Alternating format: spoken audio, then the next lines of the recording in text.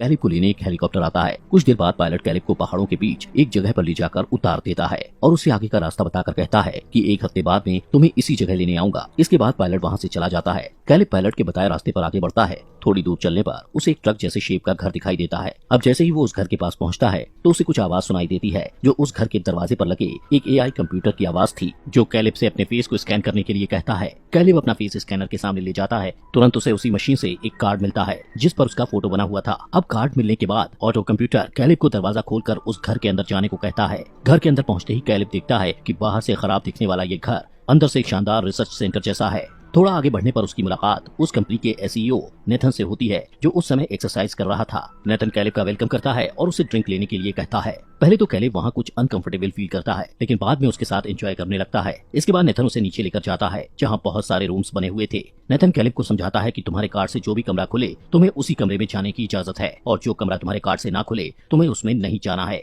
इसके बाद हम नेथन और कैलिब को एक कमरे में बैठा देखते हैं जहां नेथन कैलिब को एक असाइनमेंट पेपर देकर कहता है कि आगे का काम शुरू करने के लिए तुम्हें इस कॉन्ट्रैक्ट पर साइन करना होगा, जिस पर लिखा हुआ था कि तुम इस घर में जो कुछ भी देखोगे वो कभी भी किसी को नहीं बताओगे। इस बात को लेकर कैलिब थोड़ा सोच में पड़ जाता है और कहता है कि इस कॉन्ट्रैक्ट पर साइन करने से पहले मैं मेरे वकील से बात करना चाहता हूँ। कैलिब को थोड़ा सोच में देखकर नेथन उसे समझाता है कि हम जो आगे बनाने जा रहे हैं वो बहुत ही शानदार चीज है। अगर हमारा ये मिशन सक्सेसफुल रहा तो इसका क्रेडिट तुम्हें भी मिलेगा। ये बात सुनकर कैलिब बिना कुछ सोचे समझे उस कॉन्ट्रैक्ट पेपर पर साइन कर देता है। अब कैलिब की कॉन्ट्रैक्ट पर साइन करने के बाद नेथन उसे अपने प्रोजेक्ट के बारे में बताता है कि आखिर वो क्या बना रहा है। वो बताता है कि मैंने एक रोबोटिक ह्यूमन बनाया है जिसके अंदर मैंने आर्टिफिशियल इंटेलिजेंस ब्रेन इम्प्लांट किया है। नेथन कैलिब को कहता है कि मैं उस रोबोट को चेक करना चाहता हूँ। वो कहता है कि मुझे इस चेकिंग के काम में तुम्हारी मदद चाहिए। तुम्हें हर रोज उस रोबोट से बात करके उसका टेस्ट लेना होगा, और टेस्ट लेते समय अगर तुम्हें कभी भी ये लगे कि तुम किसी इंसान से नहीं बल्कि रोबोट से बात कर रहे हो तो इस टेस्ट को फेल माना जाएगा। अब इस टेस्ट के लिए कैलिब तैयार हो जाता है। अगले दिन उनका ये टेस्ट शुरू हो जाता है, जिसके लिए नेथन कैलिब को एक शीशे से बने कमरे में भेजता है जहाँ उसे अपने सामने एक लेडी रोबोट दिखाई देती है जिसका चेहरा बिल्कुल इंसानों के जैसा था, लेकिन उसकी पूरी बॉडी रोबोटिक थी।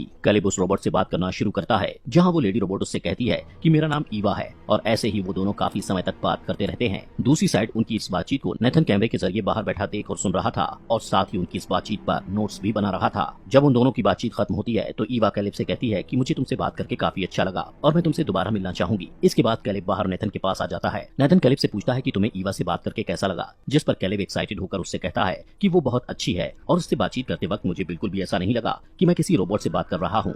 ये सुनकर नेथन अपने प्रोजेक्ट की सक्सेस को सोचकर काफी खुश हो जाता है। उसी रात कैलिब अपने कमरे में लेटा हुआ था, लेकिन उसे बिल्कुल भी नींद नहीं आ रही थी। तभी कैलिब को बिस्तर पर एक रिमोट मिलता है। अब क्योंकि कैलिब को नींद नहीं आ रही थी, इसलिए वो सोचता है कि थोड़ा टाइम टीवी देख लिया जाए। जब वो टीवी का रिमोट समझकर उस रिमोट का ऑन बटन दबाता है तो स्क्रीन पर ईवा के कमरे की लाइव CCTV फुटेज चलने लगती है। ये देखकर कैलिब को कुछ भी समझ नहीं आता।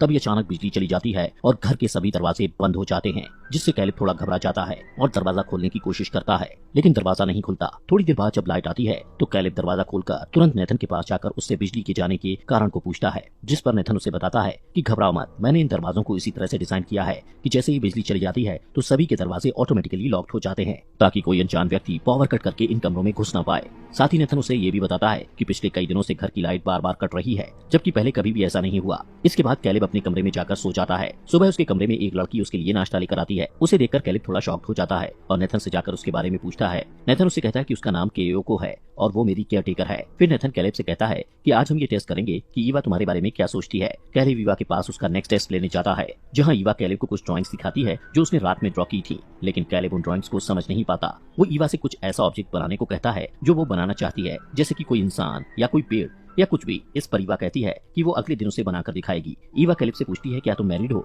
जिस पर कैलिब उसे जवाब देते हुए अपने बारे में बताने लगता है कि मैं 26 साल का अनमैरिड लड़का हूँ, मेरी कोई गर्लफ्रेंड भी नहीं है और मेरे पेरेंट्स एक कार एक्सीडेंट में मारे जा चुके हैं। ये सुनकर ईवा इस बात पर दुख जताती है। वो दोनों इसी तरह बातें कर ही रहे थे कि अचानक पावर कट हो जाता है। पावर कट होते ही ईवा कैलिब को कहती है कि तुम्हें नेथन पर भरोसा नहीं करना चाहिए, क्योंकि वो अच्छा आदमी नहीं है। वो कहती है कि बार बार घर की लाइट भी मैं ही कट करती हूँ ताकि सभी के सभी कैमरास बंद हो जाएं, जिससे नेथन हमें ना तो सुन और ना ही देख पाएगा। ईवा की ये बात सुनकर नेथन को हैरानी होती है कि आखिर वो ऐसा क्यों कह रही है। उसे थोड़ा अजीब लगता है कि तभी फिर से लाइट वापस आ जाती है। कैलिब तुरंत टेस्टिंग रूम से बाहर निकलकर नेथन के पास जाता है, जहाँ वो दोनों डिनर करने लगते हैं। नेथन कैलिब से पूछता है कि जब तुम ईवा का टेस्टिंग रूम में टेस्ट ले रहे थे तो लाइट चली गई थी, जिससे मैं तुम दोनों की बातचीत को नहीं सुन पाया। वो पूछता है कि तुम दोनों में क्या बातें हुई। कैलिब नेथन से झूठ बोलता है कि पावर कट होने के बाद ईवा ने मुझसे कोई बात नहीं की। रात को कैलिब फिर से अपने कमरे में लगे स्क्रीन से CCTV फुटेज द्वारा ईवा को देखने लगता है, क्योंकि वो ईवा से अट्रैक्ट होने लगा था। अगले दिन नेथन कैलिब को एक अलग रिसर्च रूम में लेकर जाता है, जहाँ वो कैलिब को बताता है कि ये वही रूम है जहाँ पर मैंने ईवा को बनाया था। वो एक गोल्ड स्टोन जैसे शेप की चीज को उठाता है और कहता है कि ये ईवा का दिमाग है। ईवा जो भी सोचती है वो इसी दिमाग की बदौलत है। नेथन कैलेब को बताता है कि ईवा का दिमाग पूरी दुनिया की सोच से मिलकर बना है। मैंने इस दिमाग को बनाने के लिए सबसे पहले दुनिया भर के लगभग सभी मोबाइल फोन्स को हैक किया और फिर उनके डेटा से ये पता लगाया कि ह्यूमन बिहेवियर कैसे काम करता है, लोग क्या कुछ देखते हैं, कैसे उनका दिमाग काम करता है, कैसे हम ह्यूमंस अपने सभी काम कर लेते हैं। उन सब की नॉलेज को मैंने ईवा के दिमाग में डाल दिया। इसके बाद तीसरे दिन के टेस्ट के लिए कैलेब ईवा के पास जाता है, जहाँ ईवा कैलेब को वो ड्राइंग दिखाती है जो बनाने के लिए उसने उसे बोला था। वो कहती है कि मैं तुम्हारे साथ डेट पर जाना चाहती हूँ। थोड़ी देर बाद ईवा कैलेब से कहती है कि अपनी आंखें बंद करो, मुझे तुम्हें कुछ दिखाना है। कैलेब आंखें बंद कर लेता है। तभी ईवा अंदर जाकर बिल्कुल इंसानों के जैसे कपड़े पहनकर कैलेब के सामने आती है, जिसे देखकर कैलेब ईवा के प्रति और भी ज्यादा अट्रैक्ट हो जाता है। इसके बाद ईवा कैलेब से पूछती है, क्या तुम मुझे पसंद करते हो? जिस पर कैलेब कहता है कि नहीं, लेकिन ईवा उससे कहती है कि तुम झूठ बोल रहे हो क्योंकि मैं तुम्हारे फेस एक्सप्रेशंस को रीड कर सकती हूँ। इसके बाद कैलेब नेथन के पास जाकर उसे बताता है कि ईवा लोगों के इमोशंस समझ सकती है और सच और झूठ को पकड़ सकती है। इसके साथ ही वो लोगों से फ्लर्ट भी कर सकती है। नेथन उसे कहता है कि मैंने तो सिर्फ ईवा को सोचने समझने के लिए ही बनाया था, लेकिन बाकी की चीजें वो धीरे धीरे खुद ब खुद सीख रही है। कैलेब पूछता है कि तुमने ईवा को लड़की ही क्यों बनाया, जिसके जवाब में नेथन बताता है कि वो इंटीमेट भी हो सकती है और इंटीमेट होते टाइम उसे भी प्लेजर फील होगा। वो कैलेब से कहता है कि तुम्हें उसको फंसाकर उसके साथ फिजिकल होना पड़ेगा। ये सब बातें सुनकर कैलेब को समझ आ जाता है कि ईवा के अंदर ह्यूमंस जैसी सभी फीलिंग्स और इमोशंस होने के बाद भी नेथन ने उसे यहाँ पर कैद कर रखा है। अगले दिन कैलेब ईवा से मिलता है और उसे बताता है कि एक इंसान और एक रोबोट में क्या अंतर होता है। वो कहता है कि रोबोट सिर्फ उतनी ही नॉलेज से काम करता है जितनी उसमें इंस्टॉल की गई होती है, जबकि इंसान के सोचने की कोई सीमा नहीं है। इंसान अपनी सोच खुद बनाता है और इंसान रोबोट की तरह एक जगह पर कैद होकर नहीं रह सकते। कैलेब की ये बातें ईवा के मन में घर कर गई थी और वो अब खुद को पूरी तरह से इंसान बनाना चाहती थी। इसके बाद रात में जब कैलेब सीसीटीवी फुटेज में देखता है कि नेथन ईवा के पास जाकर गुस्से में उसकी बनाई हुई ड्राइंग्स को फाड़कर वहां से अपने रूम की तरफ आ रहा था, कैलेब नेथन से बात करने के लिए उसके रूम में जाता है, जहाँ पर वो केओको को देखता है और उससे पूछता है कि नेथन कहाँ है। केओको को लगता है कि कैलेब उसे उसके साथ इंटीमेट होने के लिए बोल रहा है, इसलिए वो अपने कपड़े उतारने लगती है, लेकिन कैलेब उसे ऐसा करने से रोकता है। तभी नेथन वहां आ जाता है और कैलेब से कहता है कि केओको को उसकी लैंग्वेज समझ नहीं आती और वो वही करती है जो उसका मन करता है। नेथन बहुत नशे में था, इसलिए वो केओको के साथ नाचने लगता है और कैलेब को भी उसके साथ नाचने के लिए कहता है, जिससे कैलेब वापस अपने कमरे में चला जाता है। अगले दिन जब कैलेब ईवा का टेस्ट लेने जाता है तो ईवा पावर कट करके उससे बोलती है कि मुझे पता है तुम्हें यहाँ पर मुझे टेस्ट करने के लिए बुलाया गया है, लेकिन अगर मैं नेथन के इस टेस्ट में फेल हो गई तो वो मेरे साथ क्या करेगा। तभी ईवा कैलेब से कहती है कि जिस तरह तुम मुझे प्यार करने लग गए हो उसी तरह मुझे भी तुमसे प्यार हो गया है और मैं जिंदगी भर तुम्हारे साथ रहना चाहती हूँ, लेकिन पूरी तरह इंसान बनने के बाद। इस टेस्ट के बाद कैलेब नेथन के पास जाता है और उससे पूछता है कि अगर ईवा इन टेस्ट में फेल हो जाती है तो तुम उसके साथ क्या करोगे।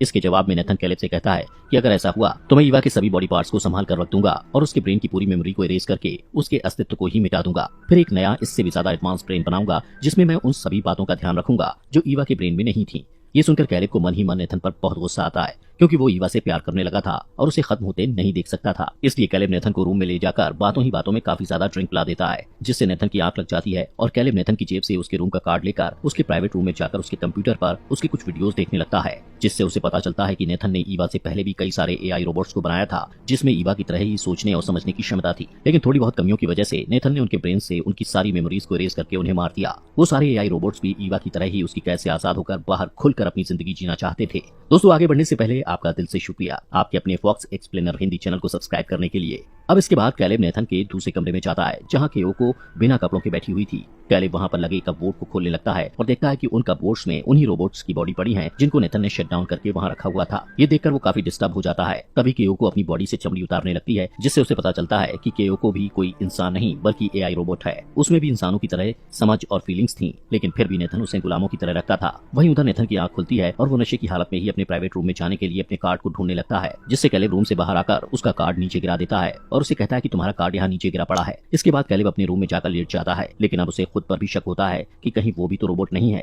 जिसके लिए वो खुद की बॉडी चेक करने लगता है और यहाँ तक कि अपने हाथ पर भी कट लगाता है, जिससे उसके हाथ से ब्लड निकलने लगता है। अगले दिन कैलेब ईवा के पास जाता है, जहाँ थोड़ी नॉर्मल बात करने के बाद ईवा पावर कट कर देती है। तब कैलेब उसे बताता है कि अगर तुम टेस्ट में फेल हुई तो नेथन तुम्हारे ब्रेन से तुम्हारी सारी सोच और मेमोरीज को मिटा देगा, जिससे तुम मर जाओगी और फिर वो तुम्हारी बॉडी को संभाल कर कपबोर्ड में रख देगा। ये सुनने के बाद ईवा कहती है कि क्या तुम मुझे बचा सकते हो, जिस पर कैलेब कहता है कि हाँ, मैं तुम्हें बचाऊंगा और ईवा को अपने प्लान के बारे में बताता है कि मैं नेथन को ज्यादा ड्रिंक पिलाकर सुला दूंगा और उसके कार्ड को लेकर उसके पीसी से इस बिल्डिंग के सारे सिक्योरिटी सिस्टम को रिवर्स कर दूंगा और फिर जैसे ही तुम पावर कट करोगी तो बिल्डिंग के सभी दरवाजे खुल जाएंगे और हम यहाँ से भाग जाएंगे। अगले दिन कैलेब नेथन को बातों ही बातों में ड्रिंक करवाने की कोशिश करता है, लेकिन नेथन ड्रिंक करने से मना कर देता है। वो कहता है कि मैं कई दिनों से काफी ड्रिंक करने लगा हूँ, तो अब मैंने पीनी छोड़ दी है। वो कहता है तुमने अच्छा काम किया है और आज तुम्हें हेलीकॉप्टर लेने आएगा। तभी नेथन उससे कहता है कि क्या तुम्हें सच में लगता है कि ईवा तुमसे प्यार करती है या फिर वो वहाँ से निकलने के लिए तुम्हारा इस्तेमाल कर रही है। ये सुनकर कैलेब को समझ आ जाता है कि नेथन को पता चल चुका है कि मैं ईवा को यहाँ से आजाद करना चाहता हूँ। इसके बाद नेथन कैलेब को अपने रूम में ले जाकर उन दोनों की वीडियोस दिखाता है जिसमें कैलेब ईवा को यहाँ से भागने का प्लान बता रहा था। नेथन कैलेब को बताता है कि मुझे पहले ही पता चल गया था कि बार बार बिल्डिंग की पावर कट ईवा ही करती है ताकि मैं उस पर नजर न रख सकूं, इसलिए मैंने पहले ईवा के कमरे में बैटरी से चलने वाला एक कैमरा लगा दिया था जो बिजली जाने के बाद भी रिकॉर्डिंग करता था। नेथन कहता है कि मैं स्टार्टिंग से ही पावर कट होने के बाद की तुम दोनों की बातचीत को देख और सुन रहा था। नेथन कहता है कि मैंने ईवा को बनाया ही इस तरीके से था जिससे वो खुद को यहाँ से आजाद करने के लिए अपने इमोशन और फीलिंग्स को दूसरे के सामने इस तरह पेश करे ताकि दूसरा इंसान उसकी बातों में आकर उसकी हेल्प करने के लिए कुछ भी करने को तैयार हो जाए। वो कहता है कि ईवा अपने टेस्ट में पास हो चुकी है क्योंकि उसने अपनी सोच समझ, इमोशंस और फीलिंग से तुम्हें उसकी मदद करने के लिए